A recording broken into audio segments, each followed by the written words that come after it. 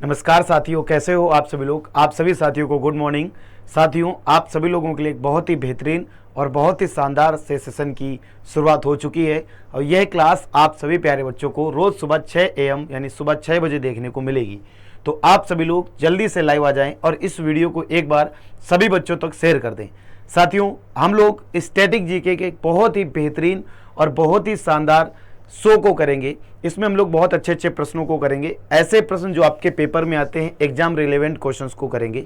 ये क्लास सभी एग्जाम्स के लिए है, चाहे आप CISF की तैयारी कर रहे हो, CRPF, SSC के किसी भी एग्जाम की तैयारी कर रहे हो, UP police constable, UPSI, jail warder, fireman, radio operator, head operator, आप किसी भी एग्जाम की तैयारी कर रहे हो, इस क्लास को आप ले सकते हैं। बहुत अच्छे तरीके से इस क्लास को हम लोग स्टार्ट कर रहे हैं।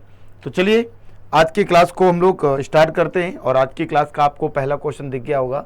आज की क्लास का पहला क्वेश्चन है कि भारत के संविधान का कौन सा अनुच्छेद मौलिक कर्तव्यों से संबंधित है। कौन सा अनुच्छेद मौलिक कर्तव्यों से संबंधित है। अब ध्यान से समझिएगा, इसने बात मौलिक कर्तव्य की है। किसकी की है? मौलिक कर्तव्य। क्या मौलिक कर्तव्य भारत के संविधान में पहले से ही शामिल थे? नहीं, ऐसा नहीं है। आपको मैं बता देता हूँ मौलिक कर्तव्यों को जरूरत कब पड़ी मौलिक कर्तव्यों को जोड़ने की। सन 1975 की बात है। इस समय भारत में राष्ट्रीय आपातकाल लगा था, नेशनल इमरजेंसी लगा हुआ था भारत में। क्या लगा हुआ था? राष्ट्रीय आपातकाल लगा हुआ था, नेशनल इमरजेंसी भारत में लगा हुआ था। लेकिन क्या हुआ कि यहाँ पर 1975 में जब ये राष्ट्रीय आपातकाल लगा तो यहाँ पर मौलिक कर्तव्यों को जो है लाने की जरूरत पड़ी। इसीलिए इसको सरदार स्वर्ण सिंह की समिति पर, सरदार स्वर्ण सिंह की समिति पर, 42वां संविधान संशोधन 1976 के तहत मौलिक कर्तव्यों को जोड़ा गया।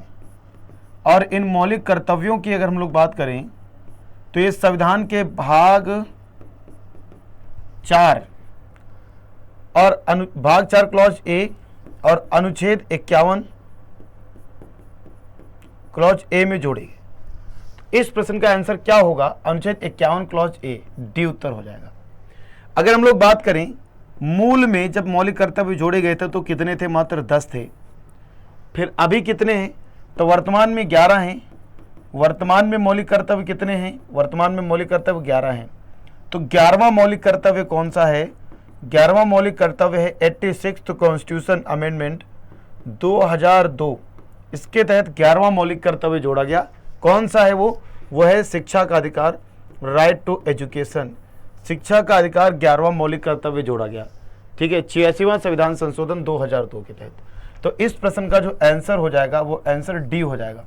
इस प्रश्न का जो आंसर हो जाएगा कौन सा हो जाएगा? डी इस प्रश्न का सही उत्तर हो जाएगा। आगे बढ़ें। अगला क्वेश्चन है, निम्नलिखित में से कौन सा विषय भारतीय संविधान की संघ सूची में शामिल नहीं है? भारतीय संविधान की संघ सूची में शामिल नहीं है। सूचियों की बात करें तो 7वीं अनुसूची के अंतर्गत, किसके अंतर्गत?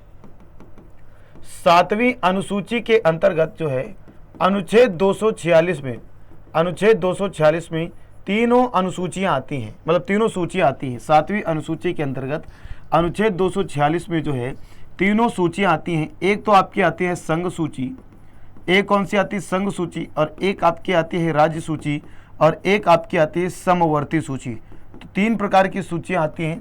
संघ सूची की बात करें तो इस पर कानून बनाने का अधिकार केंद्र को है। राज्य सूची की बात करें तो कानून बनाने का अधिकार राज्य को है। और समवर्ती सूची की बात करें तो इस पर कानून बनाने का अधिकार केंद्र को है और राज्य को है। किसको है? केंद्र को है और राज्य को है। संघ सूची में कानून बनाने का अधिकार केंद्र को, राज्य सूची में कानून बनाने का अधिकार राज्य को, समवर्ती सूची में कानून बनाने का अधिकार केंद्र और राज्य दोनों को है। लेकिन मान लो कि राज्य ने भी एक कानून बनाया और केंद्र ने भी एक कानून बनाया, इन दोनों ने एक एक कानून बना दिया। लेकिन क्या हो गया कि इन दोनों के कानून ठीक से काम नहीं कर रहे थे, तो केंद्र को लगा कि मेरा कानून ठीक है, तो लागू वहां पर किसका कानून होगा? केंद्र का। यानी टकराव की स्थिति में केंद्र का कानून लागू होगा। टकराव की स्थिति में केंद्र का कानून लागू होगा। अब मुझे एक बात बताओ, रक्षा मंत्रालय किसके अंतर्गत? केंद्र के अंतर्गत है। रेलवे का पर कानून कौन बना सकता है? केंद्र बना सकता है। रिजर्व बैंक पर कानून कौन बना सकता है? बताओ। रिजर्व बैंक पर कानून कौन बना सकता है? भारतीय रिजर्व बैंक केन बना सकता है। स्थानीय स्वशासन कारक कौन सा संघ सूची में शामिल नहीं है? स्थानीय शासन। यहाँ पर क्या रहेगा? स्थानीय शासन। आंसर सी हो जाएगा। आंसर सी में अब इसमें नगर पंचायत और ग्राम पंचायत दोनों हो सकती हैं। स्थानीय शासन क्या आखिर देखो, तो इसको कब जोड़ा गया था? तो इसको 73वां और 74वां संविधान संशोधन 1992 के तहत, 74वां संविधान संशोधन 1993 के तहत स्थानीय शासन को जोड़ा गया था। पहले जो 1992 में स्थानीय स्वशासन आया, इसमें ग्राम पंचायत को जोड़ा गया था और इसमें जोड़ा गया था नगर पंचायत को। ठीक है, इसमें किसको जोड़ा गया था? नगर पंचायत को जोड़ा गया था। कोई दिक्कत नहीं आप लोगों को। चलिए फिर तो इस प्रश्न का आंसर सी हो जाता है। अगला, किस वर्ष भारतीय वन सेवा की स्थापना हुई थी? किस वर्ष भारतीय वन सेवा की स्थापना हुई थी? बताओ। 1947 में हुई थी, 1950 में, 1951 में, 1966 में। 1966 में भारतीय वन सेवा की क्या हुई थी? स्थापना हुई थी। भारतीय वन सेवा की क्या हुई थी? स्थापना हुई थी। और सन 1966 में एक और बहुत इंपॉर्टेंट चीज हुई थी। इस समय सह आयोग का गठन किया गया था। सह आयोग कमेटी का गठन किया गया था। इसके तहत जो पेप्सू था, इससे 4 राज्य बनाए गए थे। क्या बनाए गए थे? पंजाबी पटियाला पहले था, तो जहां पर पंजाबी बोली जाती थी वहां उस राज्य को पंजाब बना दिया गया था, जहां पर पंजाबी बोली जाती थी। फिर क्या हुआ? जहां पर हिंदी भाषा बोली जाती थी, हिंदी, वहां पर हरियाणा बना दिया गया था। क्या बना दिया गया था? हरियाणा। और जो पहाड़ी क्षेत्र था वह हिमाचल प्रदेश हो गया था, उसको क्या बना दिया गया था? उसको हिमाचल प्रदेश। और इन दोनों की राजधानी, पंजाब और इसकी दोनों की राजधानी को एक यूनियन टेरिटरी क्षेत्र बना दिया गया, जिसे हम लोग चंडीगढ़ के नाम से जानते हैं। किस नाम से जानते हैं? चंडीगढ़ के नाम से। तो ये चीज आप लोगों के लिए ये भी याद रखना अनिवार्य है। अगला, पंचतंत्र किसके द्वारा लिखा गया था? कमेंट करके बताइएगा। पंचतंत्र किसके द्वारा लिखा गया था? पंचतंत्र किसके द्वारा लिखा गया था? कालिदास के द्वारा, बाणभट्ट के द्वारा, विष्णुगुप्त के द्वारा या तुलसीदास के द्वारा? पंचतंत्र किसके द्वारा लिखा गया था? पंचतंत्र किसके द्वारा लिखा गया था? यह लिखा गया था विष्णु शर्मा के द्वारा। विष्णु शर्मा के द्वारा पंचतंत्र लिखा गया था। आंसर क्या हो जाएगा? आंसर सी हो जाएगा। विष्णु शर्मा ने क्या लिखा था? पंचतंत्र लिखा था। अगर हम लोग बाणभट्ट की बात करें तो बाणभट्ट हर्ष के दरबारी थे। बाणभट्ट कौन थे? हर्ष के दरबारी कवि थे। उन्होंने हर्षचरित और कादंबरी लिखी थी। उन्होंने क्या लिखा था? हर्षचरित और कादंबरी लिखी थी। कालिदास 4 से 5वें ईसा पूर्व के विद्वान थे। कुमार संभवम, अभिज्ञान शाकुंतलम और रघुवंशम, मेघदूतम उनकी उल्लेखनीय रचनाएं हैं। उनकी क्या है? उल्लेखनीय रचनाएं हैं। आगे अगर हम लोग बात करें, राष्ट्रीय अनुसूचित जाति आयोग के अध्यक्ष की नियुक्ति कौन करता है? राष्ट्रीय अनुसूचित जाति आयोग के अध्यक्ष की नियुक्ति कौन करता है? तो इनकी नियुक्ति करते हैं राष्ट्रपति। कौन करते हैं? राष्ट्रपति जो है प्रधानमंत्री की सलाह पर राष्ट्रीय अनुसूचित जाति आयोग के अध्यक्ष की नियुक्ति करते हैं। अगला, प्रसिद्ध पुस्तक गीत गोविंद किसके द्वारा लिखी गई थी? बाणभट्ट, मीराबाई, जयदेव या कालिदास? गीत गोविंद को लिखने वाले कौन थे? प्रसिद्ध पुस्तक गीत गोविंद, तो गीत गोविंद को लिखा था जयदेव ने। 12वीं शताब्दी के दौरान जयदेव एक संस्कृत कवि थे और जयदेव जो है गीत गोविंद गोपियों के साथ कृष्ण के प्रेम से संबंधित इन्होंने एक बुक को लिखा था जिसका नाम है गीत गोविंद। इनको गीत गोविंद के पुस्तक लिखने के बाद ही जाना जाता है। इम्फाल किस भारतीय राज्य की राजधानी है? तो इम्फाल किस? मणिपुर, त्रिपुरा, अरुणाचल प्रदेश या सिक्किम? बताओ। इम्फाल किस भारतीय राज्य की राजधानी है? जल्दी कमेंट करके बताएं। तो इम्फाल जो है आपका ये मणिपुर का है। इम्फाल कहाँ का है? मणिपुर। आंसर ए हो जाएगा। इम्फाल आंसर ए इस प्रश्न का सही उत्तर हो जाएगा, मणिपुर का। अगला क्वेश्चन, रिक्त उपनिषदों में से उपनिषद मुख्य माने जाते हैं? कितने उपनिषदों में से उपनिषद मुख्य माने जाते हैं? बताइए। टोटल कितने उपनिषद हैं, उसमें से कितने उपनिषद मुख्य माने जाते हैं? 108, 116, 100 या 99? बताओ कितने उपनिषद में कितने उपनिषद मुख्य माने जाते हैं? जल्दी कमेंट करके बताओ। तो अगर हम लोग ध्यान से देखें तो 108 उपनिषद में 11 उपनिषद जो है वो मुख्य माने जाते हैं। इस प्रश्न का आंसर ए हो जाएगा। अगर हम लोग बात करें वेद कितने हैं, वेद, तो वेद जो है 4 हैं। कितने मुख्य माने जाते? कितने मुख्य माने जाते हैं? सारे ही मुख्य माने जाते हैं। वेदों का जो वर्णन है वह वेदांग है। कितने हैं वेदांग? 6 हैं। अगर हम लोग उपनिषद की बात करें तो उपनिषद कितने हैं, 108 उपनिषद हैं। पुराणों की बात करें, पुराण कितने हैं, तो पुराण आपके 18 हैं। और अगर हम लोग ऋचाएँ की बात करें, ऋचाएँ कितनी हैं, तो 10,462 इसमें क्या हैं, ये ऋचाएँ हैं। ठीक है भाई, पुराण कितने, 18। अच्छा देखिए, उपनिषदों में बात करें तो कठोपनिषद, कठोपनिषद, कठोपनिषद बहुत इंपॉर्टेंट है, इसका याद रखिएगा। इसके अलावा एक और मुंडकोपनिषद, मुंडकोपनिषद, मुंडकोपनिषद से क्या लिया गया है, तो जो आपका सत्यमेव जयते है, सत्यमेव जयते, ये कहाँ से लिया गया है, मुंडकोपनिषद से लिया गया है। इसका क्या मतलब है, सत्य की सदा ही जीत होती है, सत्यमेव जयते। तो इस प्रश्न का आंसर ए हो जाएगा। क्या हो जाएगा, ए। अगला क्वेश्चन है, ये सारे उपनिषद इधर लिखे हैं। अगला, तुम मुझे खून दो मैं तुम्हें आजादी दूंगा, ये कथन निम्नलिखित में से किसका है। तुम मुझे खून दो मैं तुम्हें आजादी दूंगा, ये कथन निम्नलिखित में से किसका है। खुदीराम बोस का है, सुभाष चंद्र बोस का है, भगत सिंह का है, या वीडी सावरकर का है। तुम मुझे खून दो मैं तुम्हें आजादी दूंगा, ये जो है सुभाष चंद्र बोस का है। किसका है, सुभाष चंद्र बोस का। कुछ प्रमुख नारे मैं आगे आपको बताऊंगा। जम्मू और कश्मीर का मुख्य लोक नृत्य क्या है, बताओ। रऊफ, बिछुआ, जाट जातिन या हुतारी। जम्मू कश्मीर का मुख्य लोक नृत्य क्या है, जल्दी कमेंट करके आप लोग बताइए। एक बार सभी प्यारे बच्चे क्लास को लाइक कर दे, जो भी बच्चे देख रहे हैं सुबह सुबह उठकर, है ना, तो एक बार आप लोग क्लास को लाइक कर दो, सुबह सुबह उठ के क्लास को देख रहे हो। सही उत्तर क्या आ जाएगा बेटा, रऊफ। रऊफ इस प्रश्न का सही उत्तर हो जाएगा। इस प्रश्न का जो आंसर हो जाएगा वो ए इस प्रश्न का एकदम सही उत्तर हो जाएगा। क्या हो जाएगा, ए। ए इस प्रश्न का एकदम सही उत्तर हो जाएगा। अगर हम लोग बात करें, कहा था ना मैंने आपको कुछ प्रमुख नारे बताऊंगा, तो नारे देख लो। जैसे जय जवान जय किसान, इस नारा को दिया था लाल बहादुर शास्त्री ने। ये क्वेश्चन कई सारे एग्जाम में पूछा जा चुका है। इसके अलावा पूर्ण स्वराज की मांग की थी, या पूर्ण स्वराज का नारा दिया था जवाहरलाल नेहरू ने। पहली बार 1929 में इसकी बात छिड़ी थी, 1929 में। आगे, स्वराज हमारा जन्म सिद्ध अधिकार है, इस नारे को दिया था बाल गंगाधर तिलक ने। स्वराज हमारा जन्म सिद्ध अधिकार है, इस नारे को दिया था बाल गंगाधर तिलक ने। वेदों की ओर लौटो, इस नारे को कहा था दयानंद सरस्वती ने। इस नारे को कहा था दयानंद सरस्वती ने।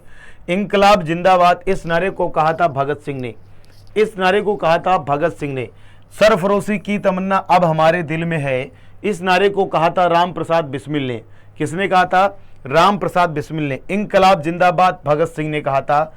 साइमन कमीशन वापस जाओ लाला लाजपत राय, और who lives if India dies Jawaharlal Nehru.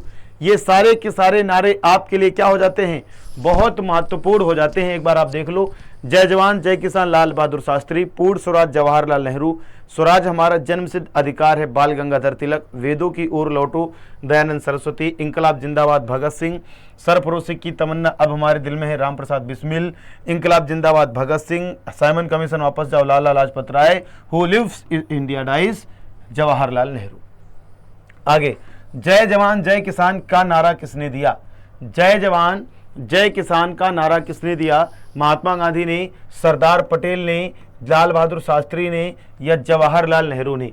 जय जवान जय किसान का नारा किसने दिया बेटा, लाल बहादुर शास्त्री ने। किसने दिया, लाल बहादुर शास्त्री ने। आंसर सी हो जाएगा इस प्रश्न का सही उत्तर। इधर देखा ना आपने, यहाँ पर लाल बहादुर शास्त्री।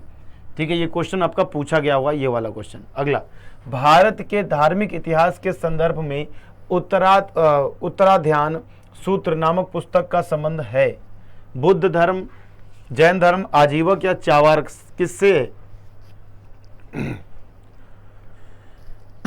जल्दी कमेंट करने का प्रयास करेंगे, किससे है बताइएगा। क्वेश्चन क्या है, भारत के धार्मिक इतिहास के संदर्भ में उत्तराध्यान सूत्र नामक पुस्तक का संबंध किससे है, तो ये है जैन धर्म से। किससे बेटा, जैन धर्म से है। आंसर इसका क्या रहेगा, बी, जैन धर्म से संबंधित है। अगला, निम्नलिखित में से कौन हैदराबाद का अंतिम नवाब था। निम्नलिखित में से कौन हैदराबाद का अंतिम नवाब था। निम्नलिखित में से कौन हैदराबाद का अंतिम नवाब था, तो मीर अकबर अली खान, मीर निजाम अली खान, मीर महबूब अली खान, या मीर उस्मान अली खान। निम्नलिखित में से कौन हैदराबाद का निजाम था, मीर उस्मान अली खान। मीर उस्मान अली खान जो था वह हैदराबाद का क्या था, नवाब था। वह हैदराबाद का क्या था, नवाब था। कोई दिक्कत नहीं है, अंतिम नवाब वो भी। भारतीय राष्ट्रीय कांग्रेस की पहली महिला अध्यक्ष कौन बनी थी, इनमें से बताओ। भारतीय राष्ट्रीय कांग्रेस की पहली महिला अध्यक्ष कौन बनी थी, भारतीय राष्ट्रीय कांग्रेस की पहली महिला अध्यक्ष एनी बेसेंट, कस्तूरबा गांधी, विजय लक्ष्मी पंडित या फिर सरोजिनी नायडू? भारतीय राष्ट्रीय कांग्रेस की पहली महिला अध्यक्ष कौन थी? बताओ। एनी बेसेंट, तो एनी बेसेंट जो थी पहली महिला अध्यक्ष थी, और सरोजिनी नायडू जो थी पहली भारतीय महिला अध्यक्ष थी। ये क्या थी? ये पहली भारतीय महिला अध्यक्ष पूछेगा तो आप क्या बताओगे? सरोजिनी नायडू। और पहली महिला अध्यक्ष पूछेगा तो आप बताओगे एनी बेसेंट। तो इस प्रश्न का आंसर क्या है? इस प्रश्न का आंसर ए है। इस प्रश्न का आंसर क्या है? ए। आगे देखिएगा, खट्टे फलों का सेवन बढ़ाने के लिए निम्नलिखित में से कौन सा रोग ठीक हो सकता है? खट्टे फलों का सेवन बढ़ाने से निम्नलिखित में से कौन सा? बताओ। खट्टे फलों की बात करें तो खट्टे फलों में कौन से विटामिन पाई जाती है? तो विटामिन सी पाई जाती है। अब बताओ जरा, विटामिन सी से कौन सा रोग होता है? और विटामिन सी से सी का सबसे अच्छा जो स्रोत होता है आंवला हो जाता है। सही उत्तर क्या हो जाएगा? स्कर्वी हो जाएगा। आंसर सी इस प्रश्न का सही उत्तर हो जाएगा। स्कर्वी रोग होता है, स्कर्वी ठीक हो जाएगा विटामिन सी की मात्रा बढ़ाने से। आगे आ जाओ। देखिए यहाँ पर कुछ चीज़ें हैं। यहाँ पर जैसे मैंने पढ़ाया था कि भारत की प्रथम महिला कौन थी, तो आपने बताया सर एनी बेसेंट। इसके बाद में भारत की कुछ प्रथम महिलाएं जो भारत में नाम रोशन किया, तो देखते हैं। भारत की पहली महिला प्रधानमंत्री बनी थी इंदिरा गांधी। भारत की पहली महिला राष्ट्रपति थी प्रतिभा सिंह पाटिल, जो कि 12वें नंबर की राष्ट्रपति थी। प्रथम भारतीय महिला वित्त मंत्री थी इंदिरा गांधी। भारत की प्रथम महिला आईपीएस अधिकारी थी किरण बेदी। कौन थी? किरण बेदी। भारत की प्रथम महिला शासक थी रजिया सुल्तान। भारतीय राष्ट्रीय कांग्रेस की प्रथम महिला अध्यक्ष थी एनी बेसेंट। यही वाला क्वेश्चन अभी आपसे पूछा गया था, हालांकि इंपॉर्टेंट सारे ही है, ऐसा नहीं कि यही है। भारत की प्रथम महिला राज्यपाल उत्तर प्रदेश कौन थी? सरोजिनी नायडू। भारत की प्रथम महिला न्यायिक अधिकारी थी अन्ना चांडी। याद रहे, भारत की प्रथम महिला न्यायिक अधिकारी पूछ रहा है, अभी देखना ध्यान से। साहित्य अकादमी सम्मान पाने वाली पहली महिला थी अमृता प्रीतम कौर। भारत रत्न से सम्मानित होने वाली प्रथम महिला थी इंदिरा गांधी। भारत के प्रथम महिला रेल मंत्री थी ममता बनर्जी। भारत की प्रथम महिला लोकसभा अध्यक्ष थी मीरा कुमारी। याद रखिएगा आप सभी लोग। अच्छा, यहां पर क्या था? भारत की प्रथम महिला न्यायिक अधिकारी अन्ना चांडी। अगर पूछ दे प्रथम महिला मुख्य न्यायाधीश तो लीला सेठ। ठीक है, कंफ्यूजन नहीं होना चाहिए। यहाँ पर 12 के 12 आपको याद होने चाहिए, 12 के 12 आपको याद होने चाहिए। मैं कट कर दे रहा हूँ सारे, यानी कि आपको याद हो गए सारे, याद हो गए हैं सारे। भारत के पहले महिला प्रधानमंत्री आपको सबको पता है इंदिरा गांधी। पहली राष्ट्रपति प्रतिभा सिंह पाटिल।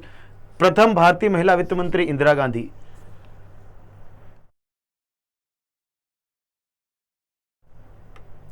इसके अलावा प्रथम भारतीय महिला वित्त मंत्री इंदिरा गांधी। भारत की प्रथम महिला आईपीएस अधिकारी किरण बेदी, ये सभी को पता था। भारत की प्रथम महिला शासक रजिया सुल्तान। भारतीय राष्ट्रीय कांग्रेस की प्रथम महिला अध्यक्ष एनी बेसेंट। भारत की प्रथम महिला राज्यपाल उत्तर प्रदेश सरोजिनी नायडू। भारत की प्रथम महिला न्यायिक अधिकारी अन्ना चांडी। साहित्य अकादमी सम्मान पाने वाली प्रथम भारतीय महिला अमृता प्रीतम। और भारत रत्न से सम्मानित होने वाली पहली महिला इंदिरा गांधी। भारत के प्रथम महिला रेल मंत्री ममता बनर्जी।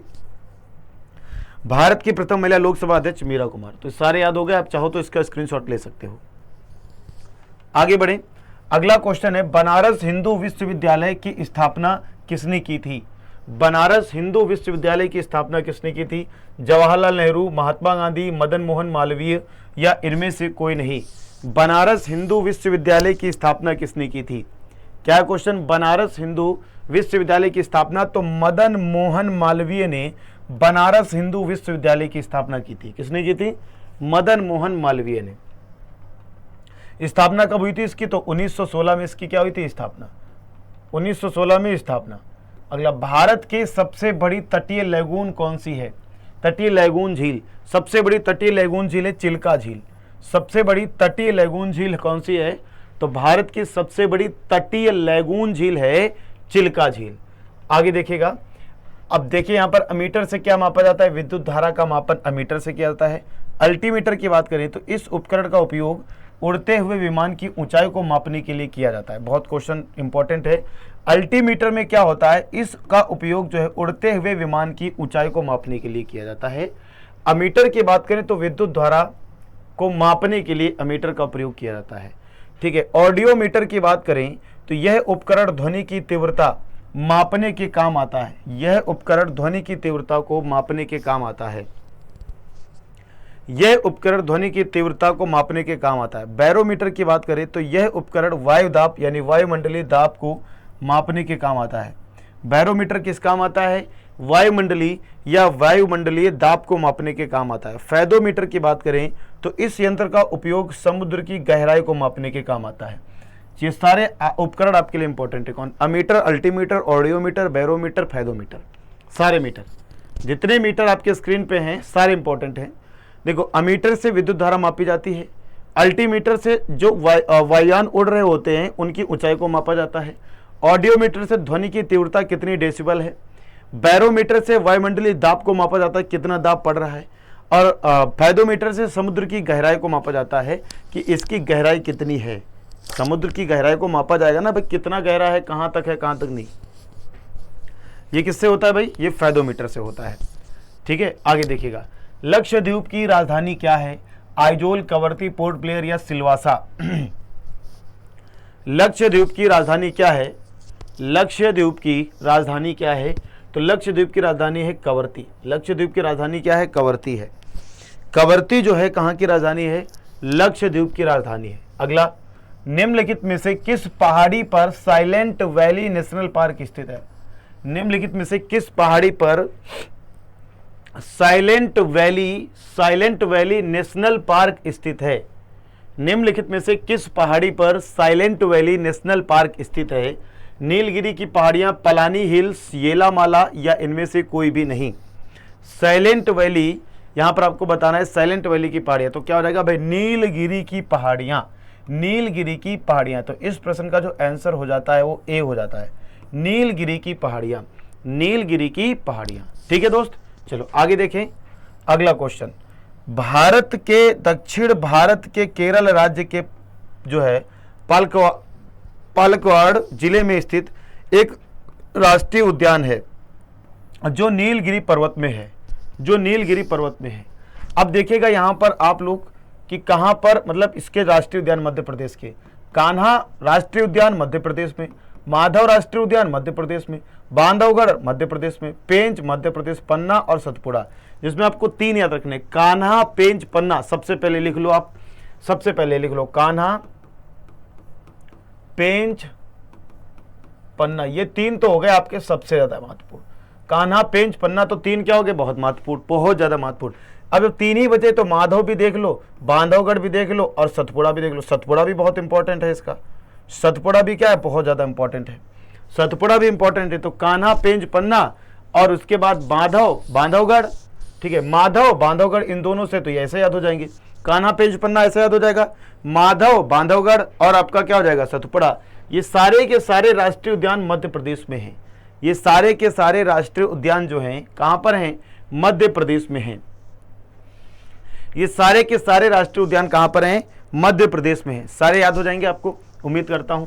अगला, विश्व का सबसे बड़ा मरुस्थल कौन सा है? विश्व का सबसे बड़ा मरुस्थल कौन सा है? बताओ तो कौन सा जाएगा भाई? अंटार्कटिका मरुस्थल सबसे बड़ा मरुस्थल है।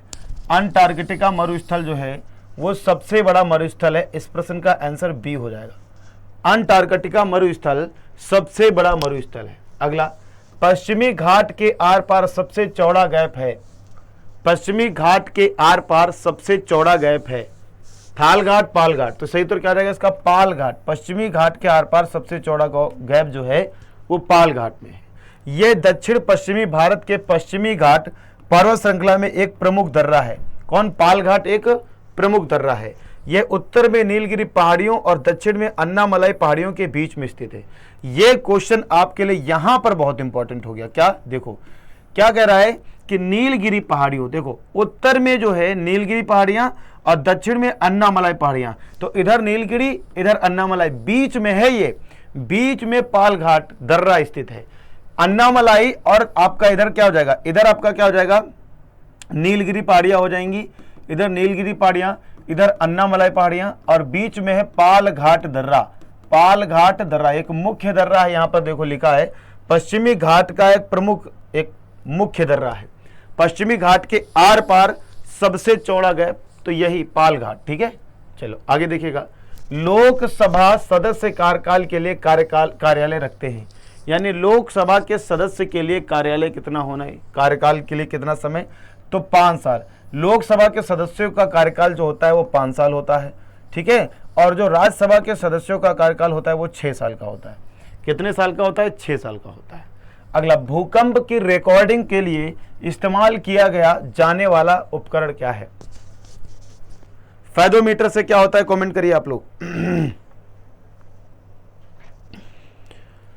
फेदोमीटर से क्या होता है भाई? तो फेदोमीटर से आपका होता है क्या? तो फेदोमीटर से आपका समुद्र की गहराई मापी जाती है। समुद्र की गहराई को मापने के लिए काम आता है। ठीक है, चलो, भूकंप सूचक यंत्र क्या हो जाएगा? भूकंप सूचक यंत्र, ये उत्तर हो जाएगा। भूकंप सूचक यंत्र, भूकंप की क्या मापी जाती है? रिकॉर्डिंग, भूकंप की रिकॉर्डिंग के लिए इस तरीके से आपका ये सूचक यंत्र बना होता है, इस तरीके से। और जब भी हिलता है, भूकंप आता है, तो इस तरीके से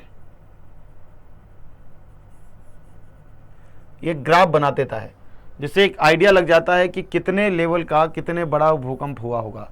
ठीक है, चलो अगला, खासी और गारो जनजाति मुख्य रूप से कहां पर रहती हैं? बहुत इंपॉर्टेंट प्रश्न है, बहुत ही महत्वपूर्ण प्रश्न है। खासी और गारो जनजाति निम्नलिखित में से कहां पर रहती हैं? मुख्य रूप से कहां पर रहती हैं खासी और गारो जनजाति? निम्नलिखित में से कहां पर रहती हैं? जल्दी कमेंट करके बताओ। खासी और गारो जनजाति मुख्य रूप से कहां पर रहती हैं? मणिपुर, सही उत्तर क्या रहेगा? मेघालय में। कहां पर? मेघालय में। मणिपुर, नागालैंड, मिजोरम या मेघालय? तो मेघालय में रहती हैं खासी और गारो। गारो जनजाति तो मेघालय में रहती है, याद रखिएगा। हो सकता है खासी आप पहली बार पढ़ रहे हो, तो खासी जनजाति भी मेघालय में ही रहती है। अगला, निम्नलिखित में से कौन सी प्रसिद्ध लड़ाई है जो राणा प्रताप और अकबर सेना के खिलाफ लड़ी गई थी? निम्नलिखित में से कौन सी प्रसिद्ध लड़ाई है जो राणा प्रताप ने अकबर की सेना के खिलाफ लड़ी थी? तो यह लड़ाई है हल्दी घाटी की लड़ाई। किसकी लड़ाई है बेटा? हल्दी घाटी की लड़ाई है। आंसर सी हो जाएगा। हल्दी घाटी की लड़ाई है जो राणा प्रताप और अकबर सेना के बीच लड़ी गई थी। अगला है, निम्नलिखित में से कौन अंतरिक्ष में जाने वाली पहली महिला बनी थी? अंतरिक्ष में जाने वाली पहली महिला, वैलेंटीना टेरेस्कोवा, सैली राइड, लियू यैंड या सुनीता विलियम्स? सही कौन बनी थी? Valentina Tereshkova.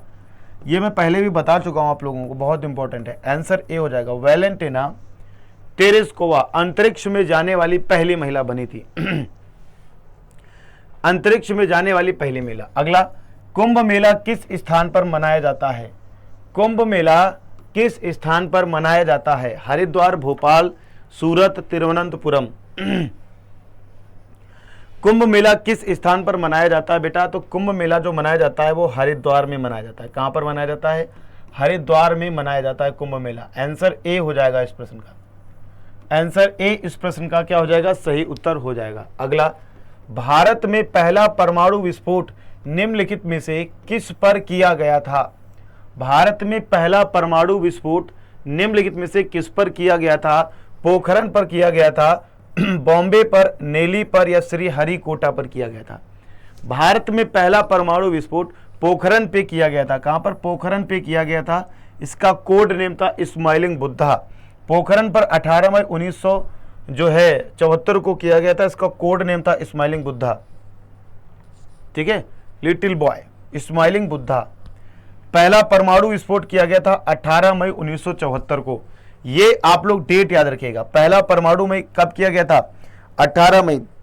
8 मई को मेरा बर्थडे होता है, 10 ऐड कर लो, 18 मई। मेरे से ही याद कर लो, 18 तो ऐसे याद हो जाएगा। 1974 में किसी न किसी का जन्म हुआ था, मेरे ही हो जाएगा। बूढ़ा हो गया हूं अब, तुमको क्या लग रहा है? बूढ़ा हो गया हूं भाई। ठीक है, 18 मई 1974 को किया गया था पोखरण में। अगला, भारत का राष्ट्रगान जन गण मन सबसे पहले गाया गया था। सबसे पहले कब गाया गया था भारत का राष्ट्रगान? कलकत्ता 1911 में गाया गया था, कलकत्ता 1912 में, दिल्ली 1911 या मुंबई 1912। कब गाया गया था? तो भारत का राष्ट्रगान ये जो गाया गया था कलकत्ता 1911 में गाया गया था। कब गाया गया था? कलकत्ता 1911 में। रविंद्रनाथ टैगोर, जन गण मन पहली बार सार्वजनिक रूप से 27 दिसंबर 1911 को गाया गया था। भारतीय राष्ट्रीय कांग्रेस के जो कलकत्ता सत्र था उसमें गाया गया था। भारतीय राष्ट्रीय कांग्रेस का जब अधिवेशन हुआ था कलकत्ता सत्र में, भारतीय राष्ट्रीय कांग्रेस की तरफ से गाया गया था जन गण मन। ठीक है, अगला, रविंद्रनाथ टैगोर ने 1913 में साहित्य में नोबेल पुरस्कार मिला है। और वह गीतांजलि के लेखक थे। टैगोर की रचनाओं को दो राष्ट्रों ने जनगण मन और अमार सुनार बांग्ला के रूप में अपना राष्ट्रीय गान के रूप में इसको स्वीकार किया है। ठीक है, अपना किसके रूप में? राष्ट्रीय गान के रूप में स्वीकार किया है दो राज्यों ने, एक भारत ने और एक बांग्लादेश ने। रविंद्रनाथ टैगोर को साहित्य के क्षेत्र में नोबेल पुरस्कार से भी सम्मानित किया गया था। किसको? रविंद्रनाथ टैगोर को साहित्य के क्षेत्र में नोबेल पुरस्कार से भी सम्मानित किया गया है। इसके अलावा गीतांजलि जो है ये किसने लिखी है? ये रविंद्रनाथ टैगोर ने ही लिखी है। ठीक है, अगला निम्नलिखित में से किस खेल में गेंद का उपयोग नहीं किया जाता है? इसका आंसर आप सभी प्यारे बच्चे कमेंट बॉक्स में जरूर दीजिएगा। रोज सुबह ये क्लास आप लोगों के लिए होगी। होमवर्क का क्वेश्चन है और आप लोग आंसर दोगे। जो भी बच्चा आंसर देगा उसका नाम कर लिया जाएगा कि हाँ भाई आपने आंसर दिया है, आपने जो भी। ठीक है, तो आप सभी प्यारे बच्चों का इंतजार रहा करेगा। याद रहे, जो बच्चा यूपी पुलिस कांस्टेबल की तैयारी कर रहा है, अरे इसका आंसर तो आ गया बैडमिंटन। चलो कोई नहीं, इसका दे देना। लोकसभा में अधिकतम कितने सदस्य हो सकते हैं, इसका दे देना आप लोग, है ना। बाकी जो बच्चा यूपी पुलिस कांस्टेबल की तैयारी कर रहा है उसके लिए मेरी रोज सुबह 11 बजे क्लास चलती है जीके जेस की, बहुत ही शानदार और अमेजिंग तरीके के साथ। बाकी यूपी बीएड की जो क्लास होती है अपनी, वो कब होती है? तो यूपी बीएड की क्लास होती है अपनी 12 PM पर, आराम से आ जाना। इसके अलावा अपनी क्लासेस का टाइम बता दे रहा हूँ, है ना। इसके अलावा 2:30 बजे आपकी टॉपिक वाइज बेहतरीन थ्योरी वाइज क्लास होती है। इसके अलावा 3 बजे आप लोग अगर बिहार पुलिस कांस्टेबल या बिहार दरोगा या बिहार सिविल कोर्ट की तैयारी कर रहे हो, इसके बाद आपकी 5 बजे अपनी क्लास होती है बहुत शानदार तरीके के साथ में जीके जीएस की प्रीवियस ईयर क्वेश्चन सीरीज चल रही है। और कल 7 से 8:30 तक आपकी जो है हिस्ट्री क्लास स्टार्ट कर रहा हूँ 01 से। ठीक है, तो आपकी ये सब क्लासेस हो जाती हैं। आप सभी लोग इन क्लासेस को जरूर लीजिएगा। ठीक है भैया, चलिए तो फिर आज की क्लास को यहीं तक रखते हैं। मैं उम्मीद करता हूं कि आप सभी प्यारे बच्चों को ये क्लास पसंद आई होगी। अगर आप लोगों को ये क्लास पसंद आई है तो आप सभी प्यारे बच्चों से रिक्वेस्ट है कि वीडियो को लाइक जरूर कर दीजिए, और चैनल को सब्सक्राइब नहीं किया है तो आप सभी लोग चैनल को सब्सक्राइब भी कर लीजिए। थैंक यू वेरी मच जुड़ने के लिए क्लास में। बहुत बहुत शुक्रिया आप सभी प्यारे बच्चों का, धन्यवाद। थैंक यू, जय हिंद, नमस्कार।